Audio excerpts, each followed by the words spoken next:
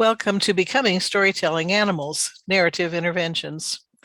This discussion will focus on how our brains are designed to organize the world into narrative structures, the multiple long-term consequences when students are not good at narrative discourse, and the interventions we can use to improve narrative abilities across the age span from preschool through high school.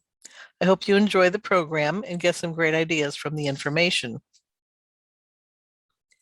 After this module, you'll be able to understand the narrative structure is as basic as syntax for a language user, the critical role of the SLP in reaching our speech and language goals using written narrative as a medium, use narrative reading as an intervention context, and explain to administrators or others why SLPs address language using literacy. A new view of narratives. We all know that SLPs have long worked on narratives. Many ASHA studies have focused on narratives and found that nearly every child with a language disability is going to have problems with narratives. We have looked at narratives for assessment and intervention with populations, including speech sound disorders, late talkers, children with language disabilities, adolescents, bilingual children, learning disabled children, and children with autism.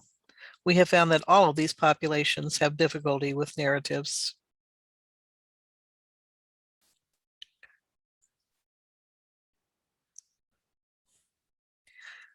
Narrative has been viewed as just one of the many language needs of these children, and I've been guilty of this thinking, that I work on narratives as one of my skill levels.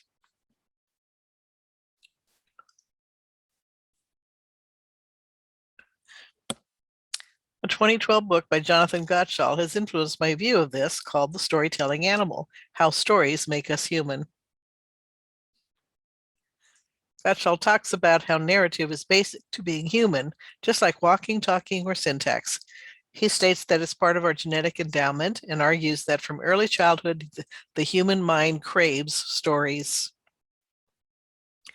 We display our knowledge of stories in early play, that we tell ourselves stories all day long about who we are and how we feel about ourselves.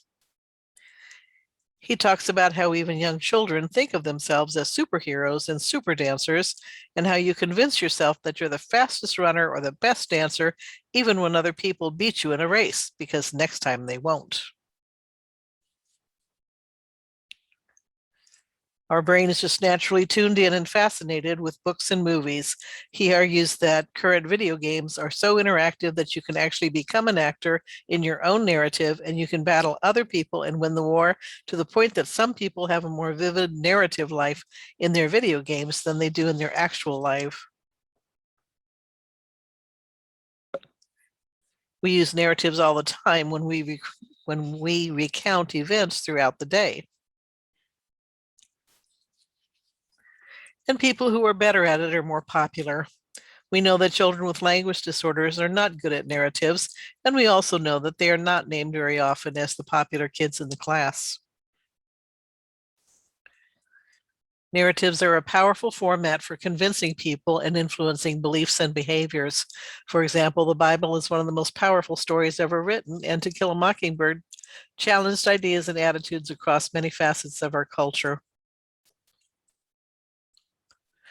Much research has shown that narrative ability predicts school success, especially reading comprehension. Narrative structure is also incredibly useful as we go through our days.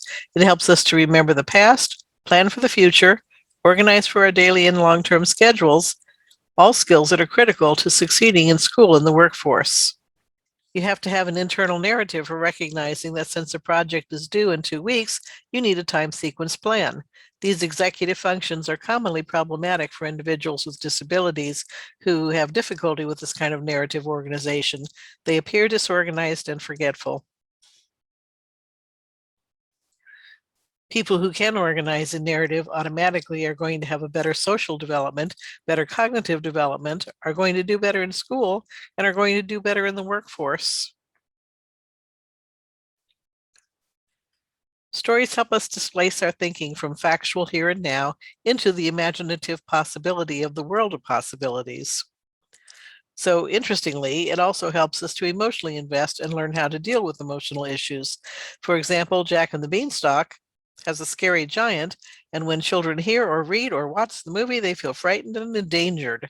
They feel like they have to come up with a plan and to escape. We do that throughout our lifetime. You're watching a television show or a movie, and you may even know what's going to happen, and yet you feel the excitement and you feel the stress and you feel that fear, etc.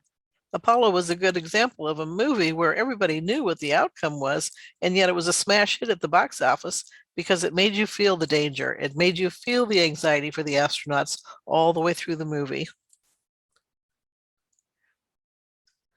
From infancy, the sequence of experiences and the emotional responses are things that we start to code into language so they become verbal narratives. For example, one afternoon, the baby and his daddy were playing in the playroom. The problem was they were trying to figure out which hole the shape went into. The plan was to put a square into a hole on the shape sorter, and so the child attempted it. The outcome was, uh-oh, it doesn't fit. It's not a square. The evaluation is that you need to try again. Thus, we engage in narratives every day of our lives from the moment of birth.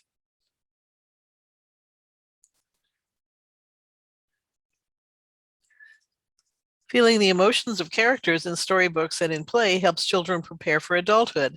They learn how to deal with an emotional crisis, how to deal with difficult situations, including things that you can say, problem-solving plans that you can enact, attempts that you can make. You learn from the successes and the failures, and you try again. Children try to emulate the same emotional response and the same kind of problem-solving response that they see in the adults.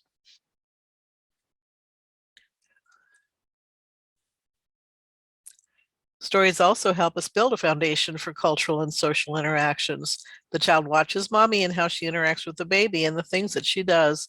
So baby cries, and that's a problem. Mommy feeds the baby, and that's a narrative plan and attempt. Then she talks to the baby, and the baby is contented. The child internalizes this narrative and play and becomes mommy by imitating those same behaviors with a doll. Here we have dad and the little boy talking about cars, what's cool about them, and how fast they go. So children learn attitudes and emotional responses to things by engaging in narratives with others. At a higher level, the boys speak for the knights, taking on roles and enacting scenes that they have only experienced in movies or in books. Oral and written narratives use words to engage children in actions and emotions, enabling children to learn about cultures and places different from their own experiences. The Boy Who Cried Wolf teaches consequences for lying.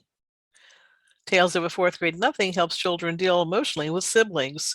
The continuum increasingly distances experience and feelings to others, developing empathy. Charlotte's Web imparts emotions to a spider. Huckleberry Finn teaches us that it's okay to have attitudes different from others. Books about space share experience that nobody has actually experienced, and that world must be created from words and organized alone by words into narratives.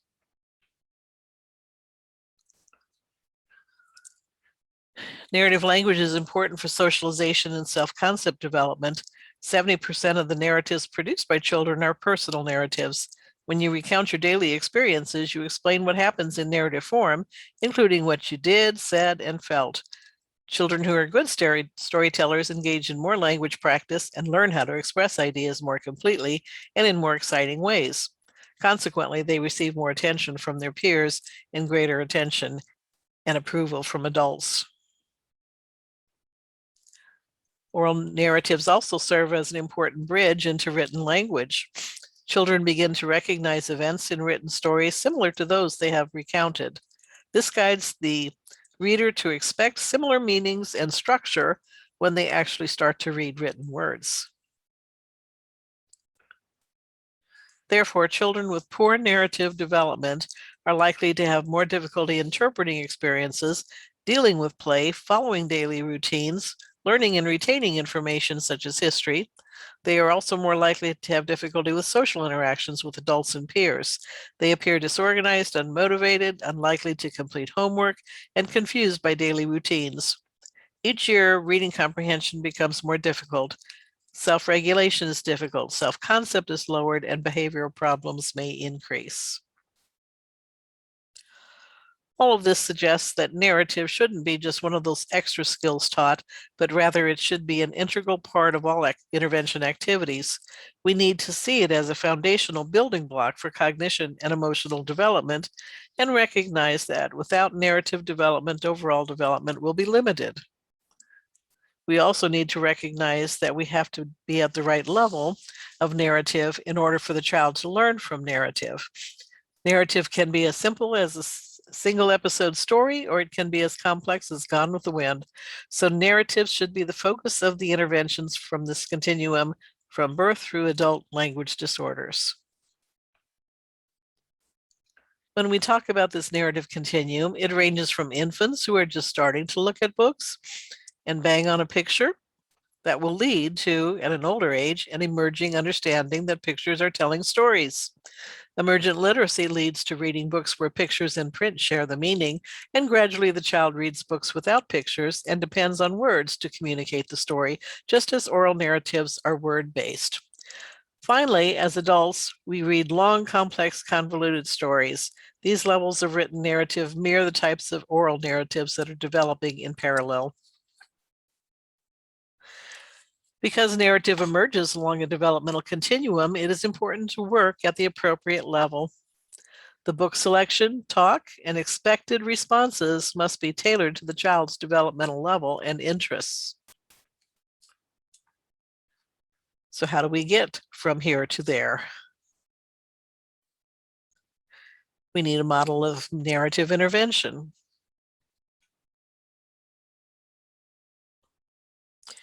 We introduced the SDS model earlier when we were talking about contextualizing and decontextualizing information for children who are having difficulty learning something.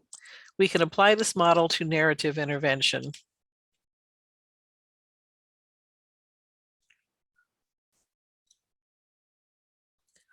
Like any learning event, narrative will follow along the situational, discourse, and semantic context. The situational context asks what the language is representing: objects, pictures, conversations, written language. The discourse asks how the information is organized: lists, sequences, problem solution, multi-episodic. The semantic context asks what is the level of semantic processing: labels, descriptions, inferences, analogy, or metalinguistic concepts.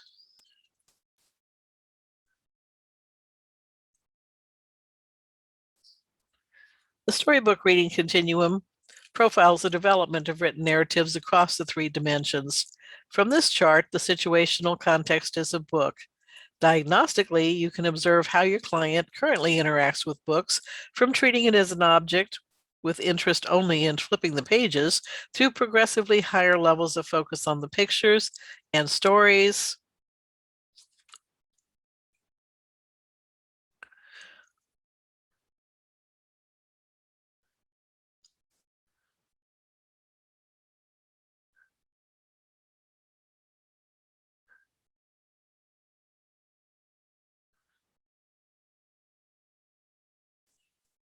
Once level, or preferably a zone of proximal development, ZPD, of several levels has been established, then goals are set using the continuum to help the child progress to higher levels.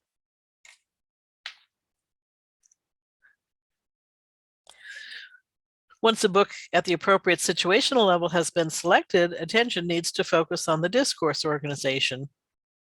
The 5 contextualized levels direct the attention to books with pictures.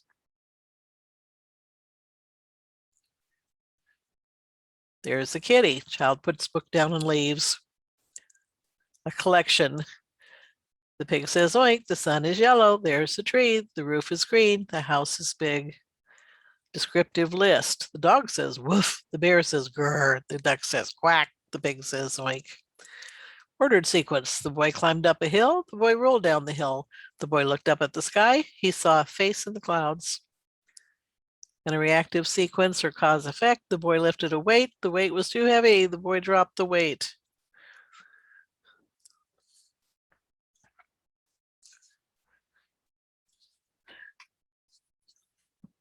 We're going to go through the levels and talk about how to use them for intervention. The discrete level occurs in typically developing young infants, but may be seen in older children with developmental delays. Situationally, the book is treated as an object and the pages are not meaningful, so they are flipped through, hit, or chewed. The object is soon abandoned. Like parents, SLPs need to treat the book as special and redirect the child to look at the pictures, pointing and saying, "There's Ducky, quack, quack. There's Puppy, woof, woof." SLPs can accompany the pictures with toy ducks or other animals for children who are unable to process the picture symbols. The SLP can also model feeding the toy and pictured animals with toy food. "Puppy is hungry, give him a cookie." Help children perform the action and make the puppy make funny noises as he eats to help the child understand the event.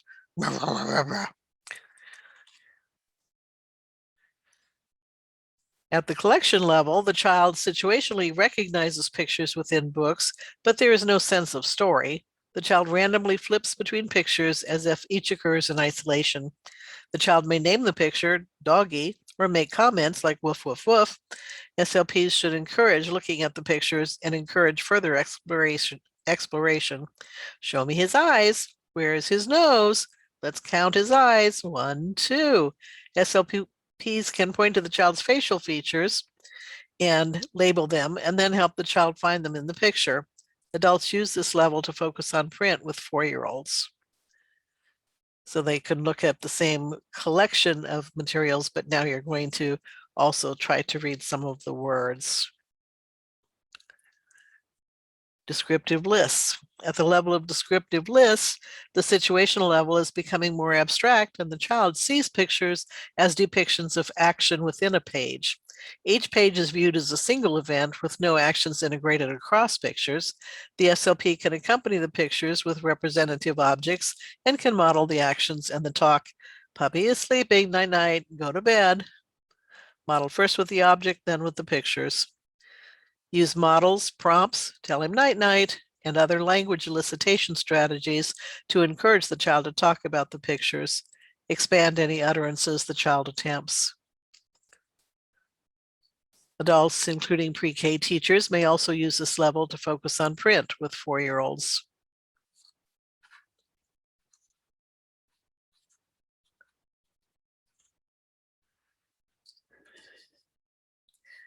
At the level of the ordered sequence, situationally, the child follows actions depicted in the book as occurring across a sequence of pages. There is no causality as the pages follow in temporal sequence because they do. The child remembers bits and pieces of the story in response to the pictures, thus forming a primitive attempt to retell the story. This is especially true with repeated readings. As with previous levels, the SLP should engage in repeated readings of the same book. The SLP should help the child notice and talk more about story-related ideas and encourage the child to tell parts. Where did the puppy go? Is he happy or mad? Expanding any utterance they try. The SLP should also draw connections across pages. "Look, the puppy was sleeping, but now he woke up. The cat was making noise. The puppy is mad." Ask the child to tell what will happen next and provide prompts if needed. "Did he chase the cat or go back to sleep?" Vocabulary and syntax should expand rapidly during this phase. Children also remember dialogue and insert it at the appropriate part of the story, as "I'll huff and I'll puff and I'll blow your house down." By 5 years, children begin to learn to read words at this level during guided reading classroom activities.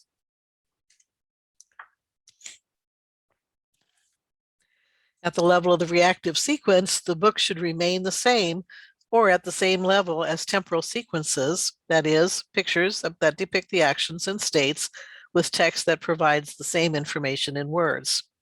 But now they see cause-effect for physical causality, or things that happen without intent or planning. The SLP should use objects if needed to show the causality. "The puppy was running, look at his eyes. He's watching the cat, oh no. He broke the bird bath." Ask the child to tell the causal sequence using scaffolding to assist as needed, such as close procedure. "The was, and he didn't see. He ran into." And now you tell me what happened. Point to the relevant information in the pictures as you engage the child in scaffolded storytelling. Continue to work at this level until the child has the language to tell the simple story fairly independently. This level of story structure with simple text is used by teachers to guide children to read emergent reading. There are 5 levels of decontextualized storytelling. The 5 decontextualized levels direct the attention to books with unfamiliar events and more reliance on the words to understand the story. With each level, the pictures add less information until only written text is present. The plots become increasingly more complex and the language more abstract and inferential. At the level of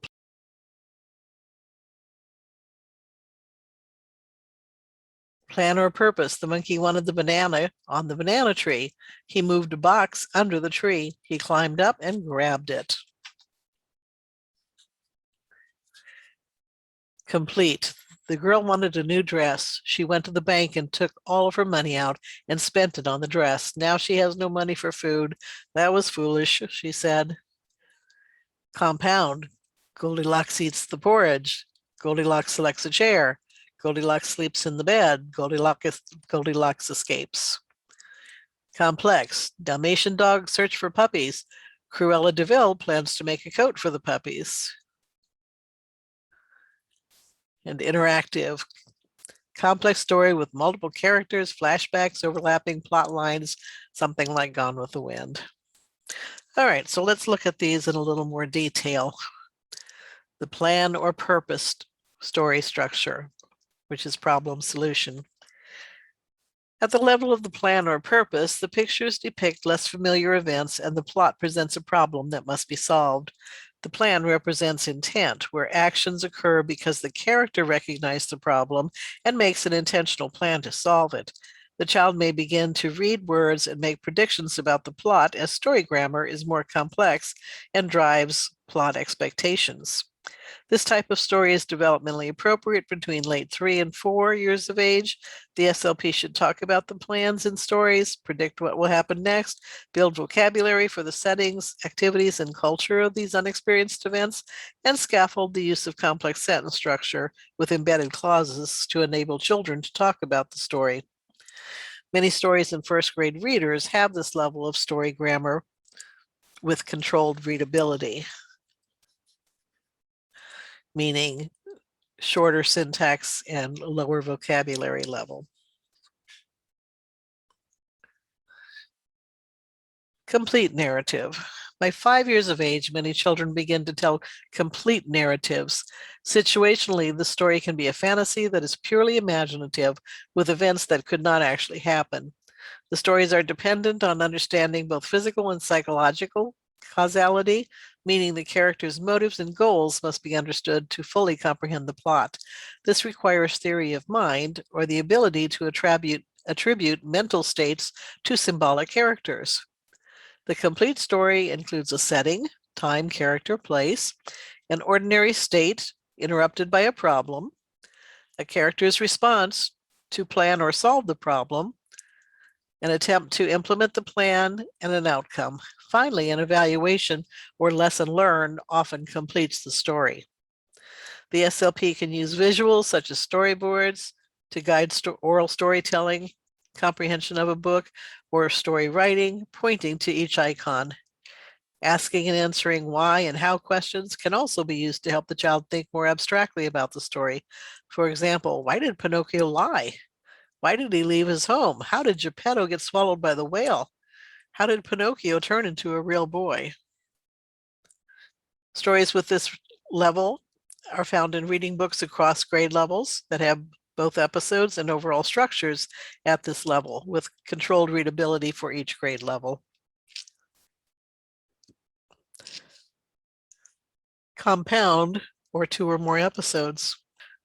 Most books that have a complete narrative structure overall are actually composed of multiple episodes, each of which has its own narrative structure. Goldilocks is a good example, where the main story about the bears eating porridge is interrupted by their walk while it cooked. Goldilocks has multiple episodes, the porch, the chair, and the bed, before the bears return to complete the overall story. At this stage, children have begun to focus on reading, and the print provides a wonderful means for helping children become aware of when an episode ends and another begins, especially by accompanying the reading with a storybook.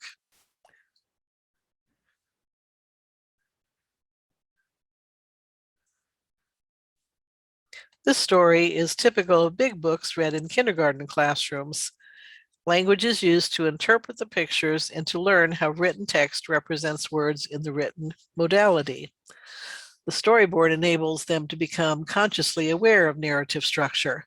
The repeated text across compound episodes, changing only the animal name, enables the children to begin to read the print as the teacher points out letters, words, quotation marks, and other elements of print. You use language to interpret the pictures, and you learn the principles of written text. Next, character. Lamb went to horse. Setting. Lamb crawled through the fence. Problem. Lamb needs a mother. Plan. Find another animal to be his mother. Attempt. She asked the horse, "Horse, will you be my mother?" Outcome. Horse said, "I can't." Complex stories have two conflicting plots operating in parallel in protagonist-antagonist relationships. The two sides have conflicting goals and must engage in countermaneuvers. For example, 101 Dalmatians, where Cruella de Vil's motivation is to make a Dalmatian coat, so she plans to capture the puppies. In contrast, the motivation of the dogs is to save the puppies. Throughout the story, their plot lines cross and influence each other until one side wins.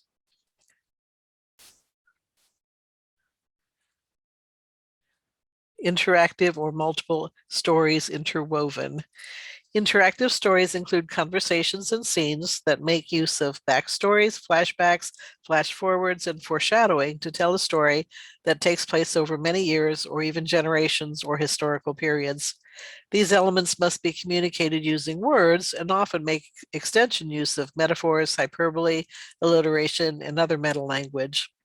In a single night, Ebenezer Scrooge meets two ghosts from the past, one from the present and one a horrible future, but wakes to find that it's not too late to change the future.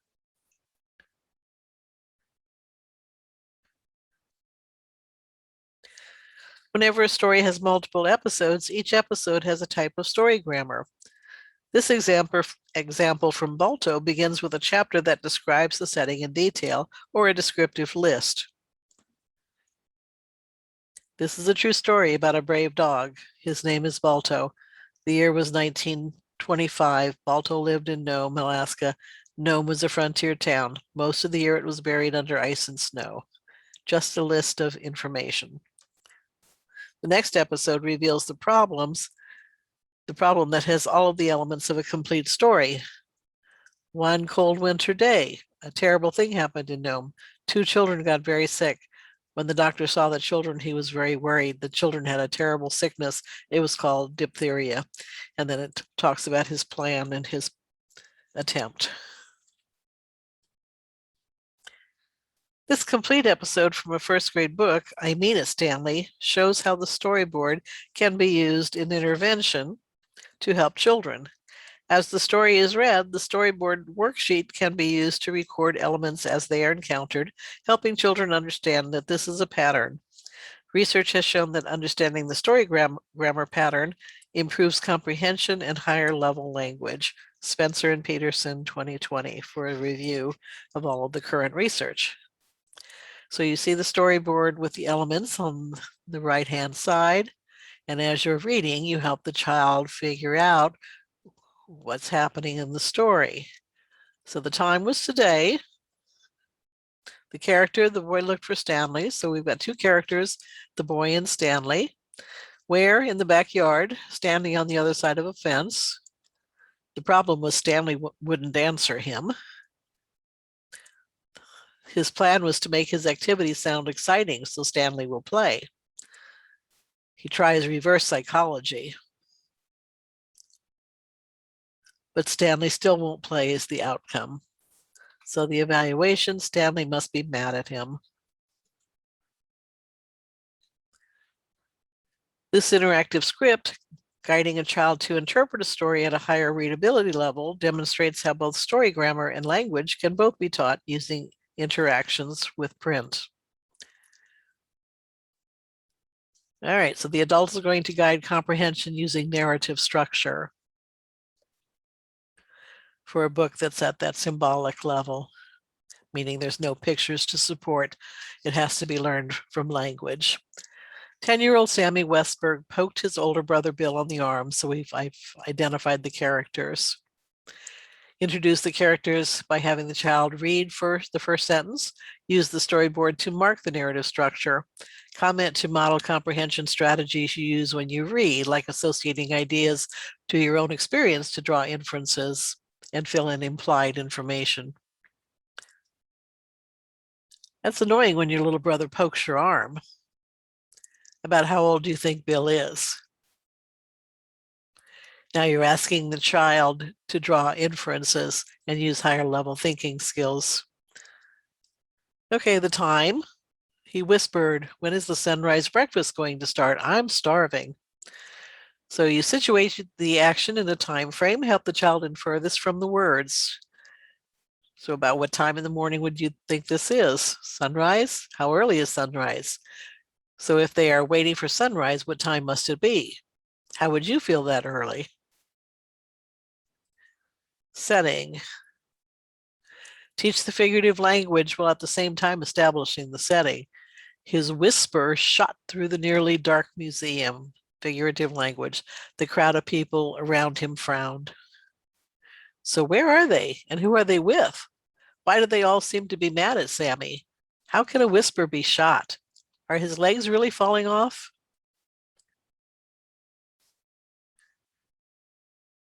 The problem. So Bill frowned at him too. So Sammy hit him. Then he ran behind a stone post.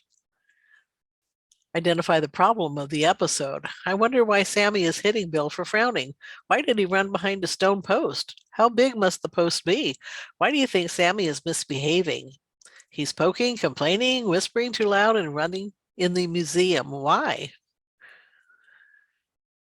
Another character is introduced, or two more actually. The other three Woodlanders, Kathy, Dave, and Mrs. Tandy, were right next to the boys. Other family members are with Sammy. Find out who they are. And then we have the evaluation. The emotional response or evaluation of the problem often dictates how the characters plan to solve it. So is Mrs. Tandy mad at Sammy? Why not? Why aren't people mad at her for whispering? Mrs. Tandy looked at her watch and whispered softly, "We left Bluff Lake at 4 this morning. Now it's 5:30. No wonder Sammy's in a bad mood." And so that should help predict the plan. What could she do to help Sammy? Numerous aspects of language that can be addressed.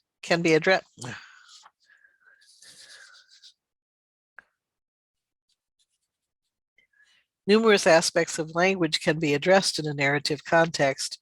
Students not only learn the story structure elements, but also syntax, text cohesion, vocabulary, and higher level language. Again, look at Spencer and Peterson, 2020 for a review. We all is a cohesive tie where the meaning is found in previous sentences. So we have to go to the page before and find out that we all refers to the Woodlanders, Kathy, Dave Briggs, and Mrs. Tandy. Here's another problem. R is a cohesive tie, where the meaning is found in the previous sentence, in a bad mood. 14-year-old Bill whispered, "We all sort of are." Well, what does R mean? You have to go back to the previous page. No wonder Sammy's in a bad mood. And so that sentence means we all sort of are in a bad mood. This is why children with language disorders lose comprehension very quickly, because much of the meaning is implied from previous sentences. problem. While for the museum's visitors and from New Zealand are prepositional phrases, to show up is an infinitive that allows you to add a verb to the sentence. Up also isn't a preposition, but rather a particle or part of the verb. They were waiting for the museum's visitors from New Zealand to show up. So there's some grammatical complexity there. So for intervention, you have to point to the parts of the sentence and explain them. Two things are happening in this sentence. The family is waiting, so you point to that verb in the sentence, and the visitors are going to show up. The word to lets me add more action to the sentence. Print is a wonderful medium because you can point to the clauses or the words as you are actually explaining. Another problem. Suddenly is an adverb that usually occurs after the verb phrase. They heard the sound suddenly, but it can be moved to the subject where children are expecting a noun. Suddenly they heard the sound of drums. So in terms of intervention, point to the word suddenly. This tells you they heard the sound suddenly, or they heard the sound. You could say they heard the sound suddenly, or you can move the suddenly to the front and say suddenly they heard the sound.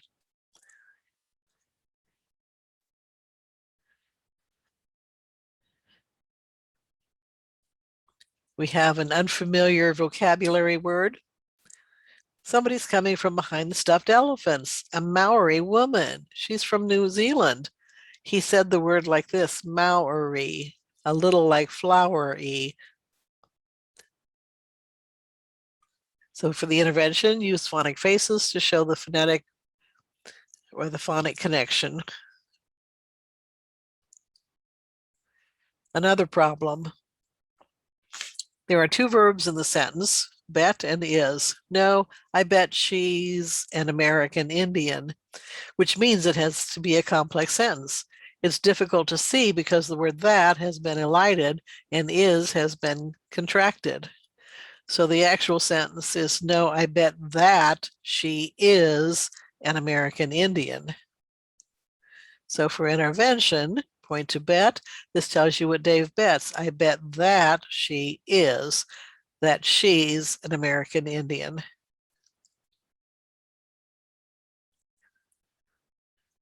Another problem.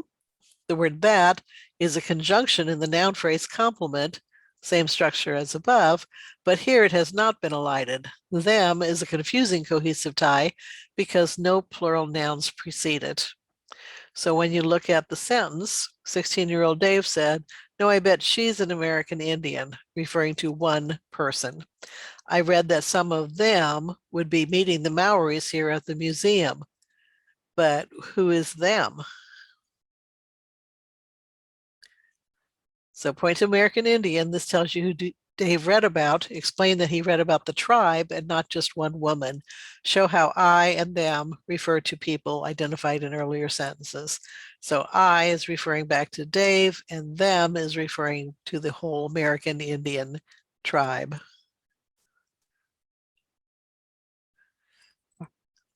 Our first settlers and New Zealand's first settlers in the same room. Our first settlers, pointing to the American Indian in the earlier sentence, and New Zealand's first settlers point to the Maoris. Model the inference. Dave thinks it's amazing that the first settlers from two countries will be in the room. How does the exclamation mark help us to communicate amazement? There are so many language challenges in just those few paragraphs. This is what the SLP addresses. We are not teaching reading. Improved reading is just a happy outcome of what we do.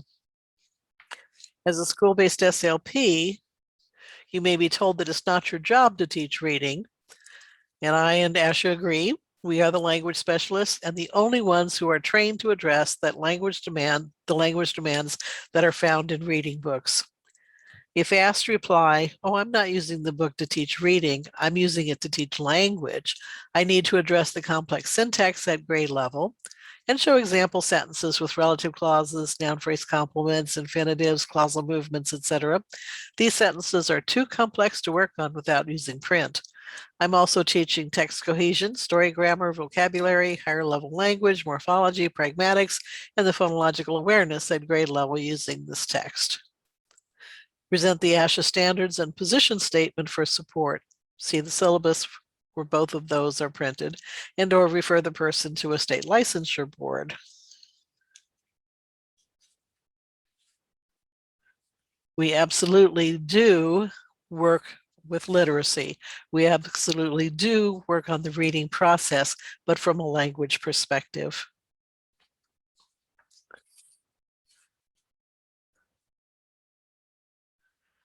And here are some of the references that we talked about. Okay. Thank you, and see you on the next lecture.